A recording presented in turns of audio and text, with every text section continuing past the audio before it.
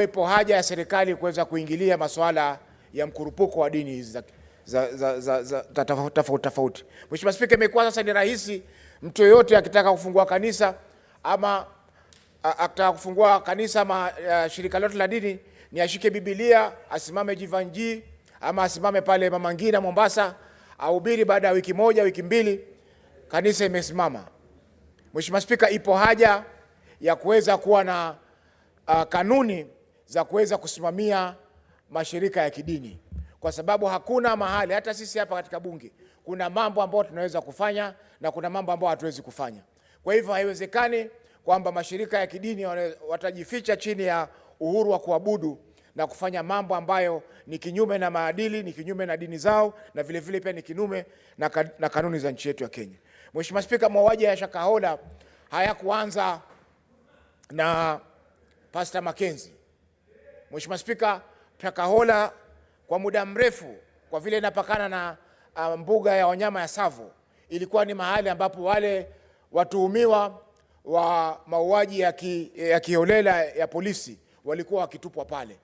Na hili ni swala ambalo hata polisi wenyewe walikuwa wanajua, kwa sababu wakati uchunguzi ulipoanza, wale ambao walikuwa wametupwa mwanzo, polisi walijaribu kuwapuuza kwa sababu walikuwa wanajua ni jambo la kawaida. Kwa hiyo Mheshimiwa Spika, tungependa uchunguzi zaidi ufanywe kuhusiana na wale ambao walipotezwa, hususan katika sehemu za pwani, kwa sababu wengi ambao walikuwa wakipotea, Mheshimiwa Spika, zile simu zao zilikuwa zinapotea maeneo ya Malindi karibu na msitu wa Shakahola. Mheshimiwa Spika, kuna baadhi ya mambo ambayo bado yanaendelea katika masuala ya Shakahola. Kwa mfano, Mheshimiwa Spika, wako wale ambao walichukuliwa kama manusura katika ile sehemu ambayo Pastor Mackenzie alikuwa anahudumu. Wale ambao walichukuliwa kwamba sio wanaofanya mauaji ama sio wanaofanya vitendo vya kinyama vya kinyume na sheria, lakini wao ni waathiriwa ambao walikuwa wamepatikana pale. Mheshimiwa Spika, waathiriwa hawa mpaka sasa bado wako shimo la tewa na wamewekwa pale kama hifadhi. Mheshimiwa Spika, mnamo mwezi wa 8 kabla ya kupelekwa gereza la shimo la tewa, hawa Mheshimiwa Spika walikuwa wamepewa hifadhi katika shule moja ya kibinafsi pale Mtwapa, na tarehe 12 Agosti mwaka huu walikuwa wamepanga kujiua wote pamoja. Lakini Mheshimiwa Spika, baadhi yao walitoa hizi habari na maafisa wa usalama wakawachukua wote wakawapeleka katika gereza la shimo la tewa, ambapo mpaka sasa bado wanaendelea kufanyiwa uchunguzi na vile vile kufanyiwa ushauri na saha, yani counseling, ili kuhakikisha kwamba zile fikra walikuwa nazo za kuweza kutoa uhai au mwisho wa ulimwengu unakuja ziweze kuondoka katika fikra zao. Mheshimiwa Spika, tungependa pia kupongeza mahakama, Mheshimiwa Spika, hususan mahakama ya Shanzu. Mahakama ya Shanzu ambayo baadhi ya washukiwa wamewekwa pale na wanapelekwa pale, na vile vile wale ambao wamepewa hifadhi na shimo la tewa pia wanakwenda koti ile mara kwa mara ili kuweza kuitikia na kuweza kuangaliwa ni vipi ambavyo wataweza kusaidika waweze kuwarejea katika jamii. Mheshimiwa Spika, kwa hiyo Mheshimiwa Spika,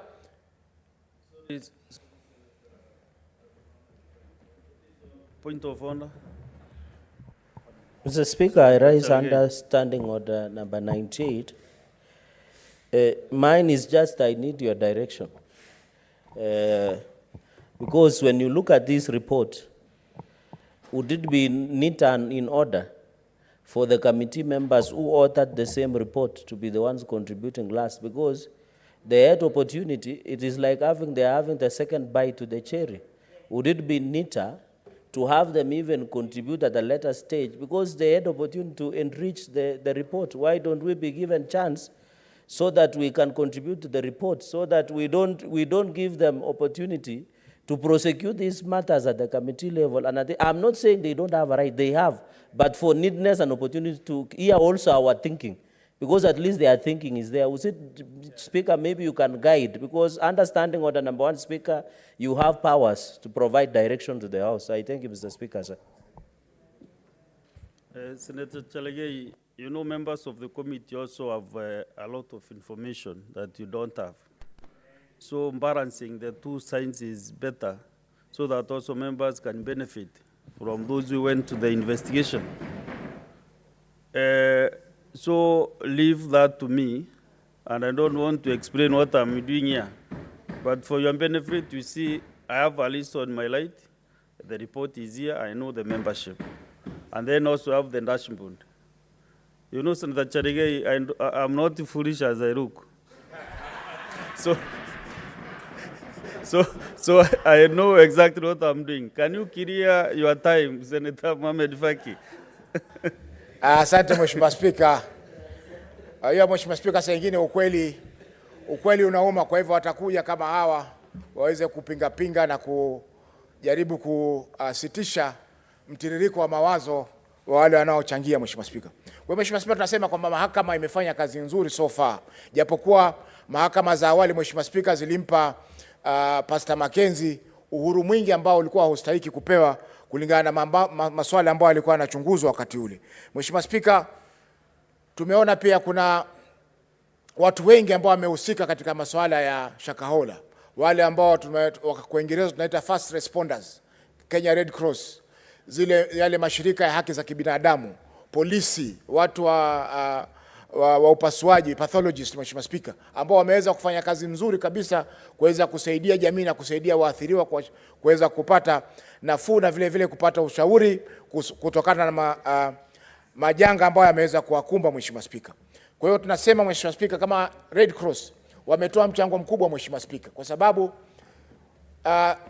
wale waliokwenda kule kwanza kulikuwa hakuna structure yoyote ama mfumo wote ambao ulikuwa umewekwa, lakini kwa uwezo wao Red Cross wakaweza kuchangia pakubwa. Mheshimiwa Spika, mpaka sasa ile miili ambayo imewekwa kule Malindi mochari, Mheshimiwa Spika, imewekwa katika hifadhi ya Red Cross. Mheshimiwa Spika, wametoa container ambayo iko refrigerated ama imewekwa barafu na wale miili yote imeweza kuweka pale. Mheshimiwa Spika, jambo la kusikitisha ni kwamba licha ya kwamba tulikuwa na janga la COVID miaka 2.5 iliyopita, serikali ya kaunti ya Kilifi, Mheshimiwa Spika, walikuwa hawakuweza kujitayarisha kuwa na mochari ama kuwa na hifadhi ya kutosha kuweza kuweka mili mingi kama ambavyo walitarajiwa kufanya wakati walipopewa pesa za COVID mwaka 2021, Mheshimiwa Spika.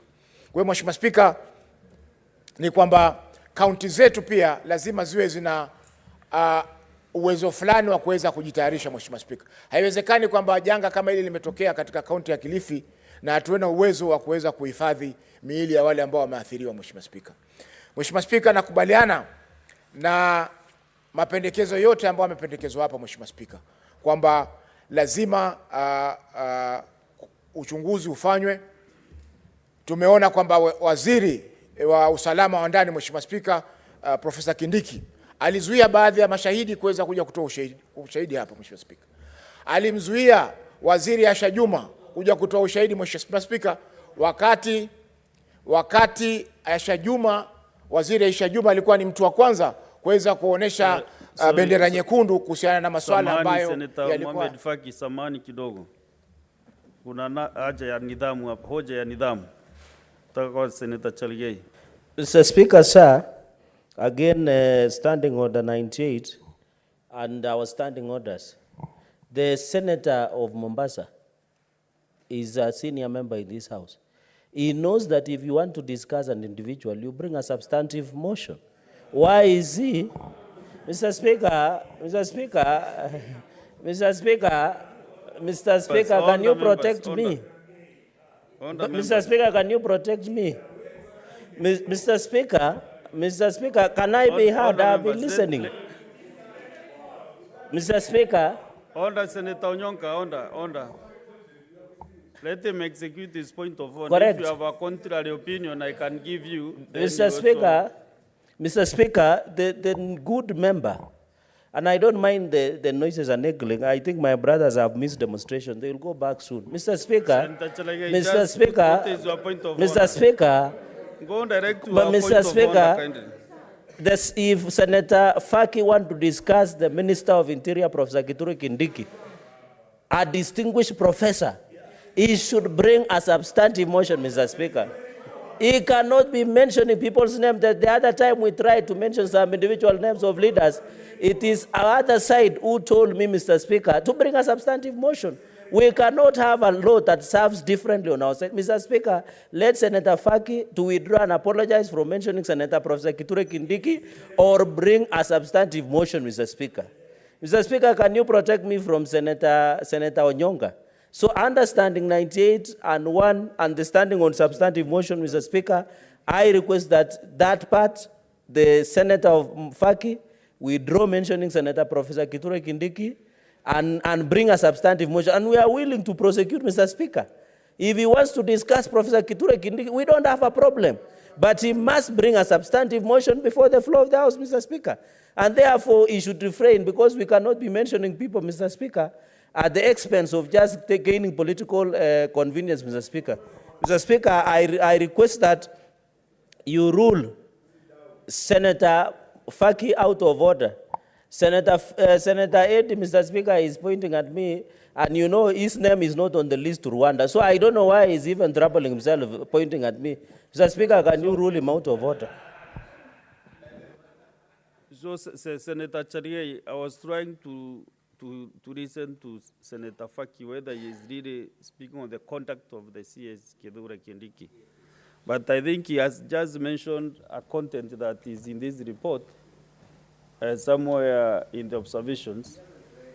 So I don't feel like he has really entered into that area, discussing his conduct. Yeah, so we just don't enter into that space, Senator Faki.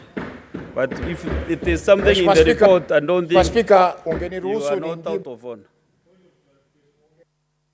Nimjibu Senator Cherargei kwa sababu yeyote anayosema proceed and clarify what you meant. Yako katika ripoti hii, Mheshimiwa Speaker. Shida ni kwamba Mheshimiwa Speaker, hawa watu wanaingia. Clarify what he meant before I give any other member. Senator Mohamed Faki. Mheshimiwa Speaker. Shida Mheshimiwa Speaker, Senator Cherargei ni kama wale tunaitana wanagenzi. Mshasikia hajasoma ripoti, yeye akisikia waziri ametajwa anaruka. Kumetajwa mawaziri watatu hapa na watu wakakubaliana kwamba they need to be punished. Ulikuwa wapi? Mawaziri watatu wametajwa leo hapa katika bunge hili. Na kiongozi wa wengi yuko pale na atakwambia kwamba na speaker akasema kwamba waadhibiwe. Wajua saa nyingine Cherargei, leo ni Jumatano. Jumatano, ngoja Mheshimiwa Speaker. Jumatano iliyokwisha Mheshimiwa Speaker, Cherargei alifukuzwa hapa asubuhi. Kwa hivyo kama ataka kufukuzwa tena, naendelee kuninterrupt Mheshimiwa Speaker. Tunasema Mheshimiwa Speaker. Senator Sifuna, what is it? You know, Mr. Speaker, I have made this appeal to the Speaker before and members of the Speaker's panel, that in fact these standing orders protect us from frivolous points of order. Yes. I have not seen this particular standing order 121B being affected by members of the Speaker's panel, because every single time, and the members who are notorious for these things are known, Mr. Speaker. We need at this particular point in time to cut out these frivolous points of orders, false points of orders that interrupt debate in this particular house. Some people are just here to shout points of order, and when they stand up, they have nothing to say, no content whatsoever. Sifuna, before a member stands up on a point of order, how can the chair lead his mind? That is not the point. So After you Mr. must Speaker, raise his point of order, then the chair will rule. Mr. Speaker, you have misunderstood me. As I've done that, you have misunderstood me, Mr. Speaker. You have misunderstood me. Understanding order 121